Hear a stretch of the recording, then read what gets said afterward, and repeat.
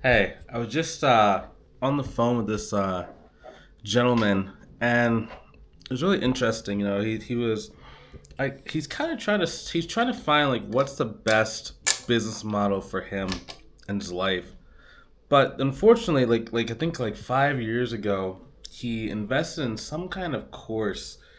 It was like basically like how to like do some kind of like lawyer consulting. They're basically gonna like help lawyers with certain types of like cases or something like that. And he said he was really unsuccessful with it. And he said over the course of a year he'd spoken to like 100 different um, lawyers, and out of those hundreds, only one of them said they would actually want to do the service he was offering. And it was unfortunate because he put a lot of the blame. He's like, okay, so I went 0 for 100, and I put a lot of blame on like the course person because like they gave me the scripts and the scripts didn't work and all this stuff. And I'm like, he said, yeah, the market just was not interested in what I had to offer. I was like, what do you mean? I was so confused. Like, think about it. Who has the least amount of time out of most people? It's gonna be like doctors, dentists, lawyers, right? They're always running, running, running. For 100 lawyers to take time out of their busy schedule to sit there and talk with you, there had to be a certain level of interest. What that would show is that maybe you're just not very good at sales, in which case you have to go and get some better training on sales. But to put so much blame on an external factor when some of the stuff that you were doing, you were so close, is really kind of detrimental to your success. Because what that led to was he kind of felt like all courses are bad, there's all these gurus that are trying to take my money and like all these different things. And I was like, well, I mean, that's interesting thought process. I mean, like, yeah, there are, of course, there's like bad actors, right? There's a lot of stuff like they used to have like in those I think it was like in the real estate space where they'd come like how to make money with real estate with like $0 down. They would like do like these in-person seminars and basically like just like totally like just yell at people until they like paid their money to like do stuff. I understand those are tough, especially like when they're in one city, next city, and they're just like rotating, you never see them again kind of thing. Yeah, that can be a tough way to kind of like go out, especially if you lose money and don't feel like you got a lot of the training. But if you feel that something was working, but it just didn't quite work out the way that you did, it's not always a bad thing. So people always ask, like, Bryce, in your first year, you said you spent like 35K on like courses and stuff. Like, why did you spend so much money? Couldn't you have just spent like $1,000 and like, you would have gotten a course that would work for you? And the answer for me was no, because a lot of the course I did in the beginning didn't necessarily work out for me, right? One was I did like a negotiation course, where it was like how to negotiate to get people to want to pay a little bit more money than what they came in 5 minutes before. I had one that was like on how to do like Facebook advertising, and I lost like $1,500 on the ads that they showed me to do. I did another one that was about how to do on it was like online speaking videos, like so I could promote my bookkeeping, do like online videos and stuff like that. And back at the time, that was did not go very well for me. And it's like the difference between someone that's going to be successful in business and someone that's unsuccessful in business is that both people are going to invest their money in different places. Both people are going to have some good investments and some bad investments. The problem is people who are not successful stop investing before they actually ever get to a point to where they could actually make some significant dollars, right?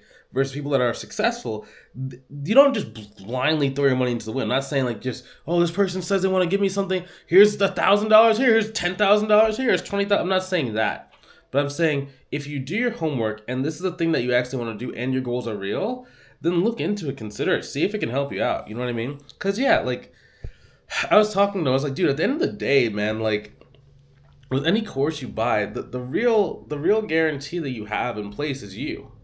Right? So the common denominator I had in all of those courses and like why I'm still here almost 11 years later was because every course, even if it didn't click right away for me, I was able to pull one piece of information out that 1 year, 2 years, 3 years down the line ended up working for me. So all those things that were perceived losses ended up making me a lot of money. So for example, for the course I did on the advertising, I spent $5,000 on the course, then I spent $1,500 on ads, and like I got $0 in return.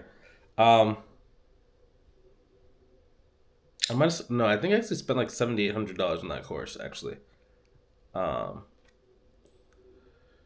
oh yes, I spent $7,800 on the course, but the guy ended up just like stopping the course like the second month I was in the program, so he gave me like a $2,000 refund because he just like, yeah, I don't feel like doing this coaching program anymore. I was like, well, I have these ads turned on. And I have all this money. Like, what do you mean? What do you mean you're not going to coach anymore for this? But a couple years later, advertising has made me, I think a little bit over like about $1 to $1.2 million just from advertising, and of course that the guy abandoned me in the course, and I had a loss of $1,500. The lesson was learn how to do advertising at a smaller, safer budget and then build up over time, right? So it's not that you just, oh my gosh, advertisements don't work. An unsuccessful person would have said, advertisements don't work. Don't ever run advertisements. You're risking your money. And that's another thing. So the difference between someone that escapes like middle class to get to upper class versus the person that kind of stays there. And like if you're in middle class, I'm not saying there's anything wrong with being middle class, but if you want more for your life, where let's be honest, man, like in order for you to get like the vacation that you want, the free time that you desire, you're not gonna do that off of a job, right? Where like you maybe do like 100K top line, maybe you're taking home like 85, maybe 90 like a year. Like you're just not gonna do. You have to be able to make sure that, like when your business, like if you can like at least save 150K per year on top of whatever your bills are, that's when you really start getting into more of that. I'll call it a pseudo 1%. It's not quite 1% in terms of like the amount of money you make, but it's more of a 1% type of lifestyle to where you can be able to travel, right? Because in the past, in order to be able to like take the vacations that I take, in order to be able to have the spare time that I have, in order to be able to have the freedom that I have, you would have had me making $450,000, $600,000 per year. But nowadays, when you can grow these businesses and you can really get that time freedom and you're having a really good amount of money inside your savings, you're living a 1% life. But in order to do that, you have to kind of put in what 95% of people or 99% of people aren't willing to do. It's you keep investing when things are tough. You keep investing when money gets low. When everything is kind of looking like it's not going to work, you put in the extra time. You carve out the extra time. You maybe you don't sleep quite as much. Maybe like you sleep like an hour less than usual, right? But you have to figure it out. Like that's the tough part, just figuring this stuff out. Like, and it's tough. And like, please don't get me wrong. Please don't misunderstand my heart. I'm not ragging on you if you spend money and you're like, oh my gosh, Bryce, I don't have any more money to invest in another program.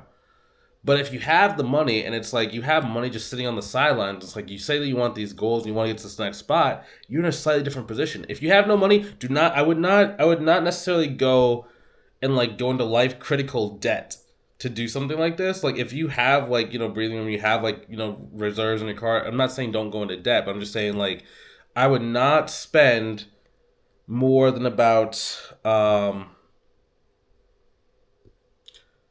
probably I would not spend more than about 2 months worth of income for you on a course, right? So if you have to go into debt, like, and you have to spend like 1 month's worth of income on a course, okay, that's not bad because it's only going to take you 1 month. Let's say like for example, the course doesn't go right? If you can take that next month's worth of savings to basically repay off your credit card, okay, you're gonna be good. You know what I mean? But if it's gonna take you, let's say it's like 20 months worth of debt, that's a long time. That's not the best option. That's kind of how I put it, right? So it's like I'm not opposed to using debt. It's just I don't want to like use debt and put myself in this hole I can never get out of. That's a little bit irresponsible. But if you have money and you have had like just like one or two losses, maybe you lost like $2,000, $3,000. Yes, it stings. I understand it stings. Like I've been there, but you have to learn the appropriate lessons from that. What should you not do? What should you look for in the future? And what should you use to kind of move forward, right? Because that's all an entrepreneur is.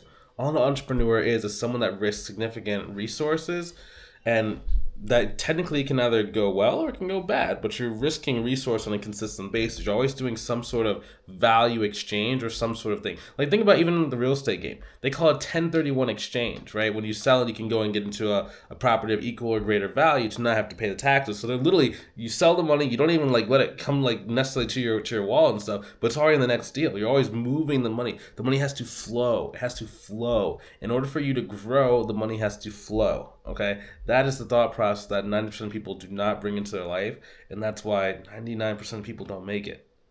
So I know, it sounds like a rant or whatever, but it's like just don't let a bad investment or a bad decision in the past stop you from making a good decision in the future, just because the sting of the past, right?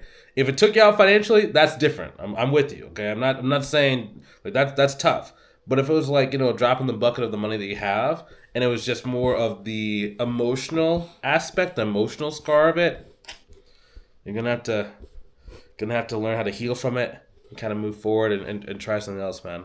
And I know it's hard to hear. I know it's tough. I wish I had someone to tell me that. I just didn't know anything any better. I just had to make it work.